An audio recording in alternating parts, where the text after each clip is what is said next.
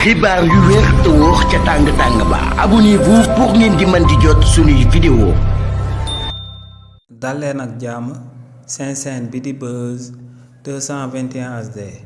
ci coow li nga xam ne moom mooy jaar ci diggante son excellence président Bassirou Diomaye Diakhar Faye ak premier ministre am bii di Ousmane Sonko waa parti bii di Pastef nuñ ci sonnalee di ci tongal son excellence président Bassirou Diomaye Diakhar Faye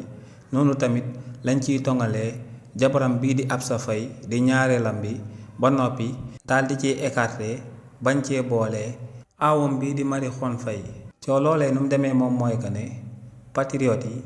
ginnaaw bañ jëlee seen campagne de désabonnement jëmale ko ci page Facebook son excellence président Bassirou Diomaye Diakhar Faye nuñ désabonné woo ci page son excellence président Bassirou Diomaye Diakhar Faye noonee lañ demoon dem daal di désabonné wu ci page kii di Absa Faye waaye nag kii di Marie Khone Faye mi nga xam ne moom mooy aaw son excellence président Bassirou Diomaye Diakhar Faye kookee ba tey patriotes yi ñoo ngi continuer di suivre page Facebook am jëfinu patriotes yi nag képp ku ci amal akub ñàngat da ngay daal di gis que ne patriotes yi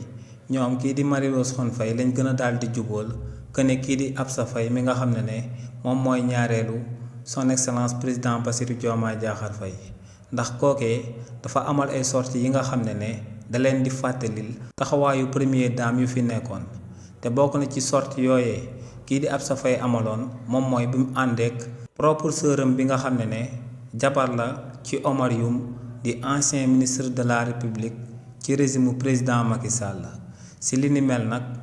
patriote yu bëri dañoo gis que ne kii di Absa Faye mënoon naa daal di gisee moom ak sœuram boobee ñu daal di koy def en toute discrétion waaye warul woon a fësal ay nataal jëmale ko si li ni mel waaye tamit ginnaaw loolee dañoo gisoon kii di Absa Faye daal di bind si ay tiset ak ay saaku ceeb daal di ciy bind turam di def promotion am jëmale ko ci benn acte bi nga xam ne da ko doon posé ci gàmmu Tiwaawoon bi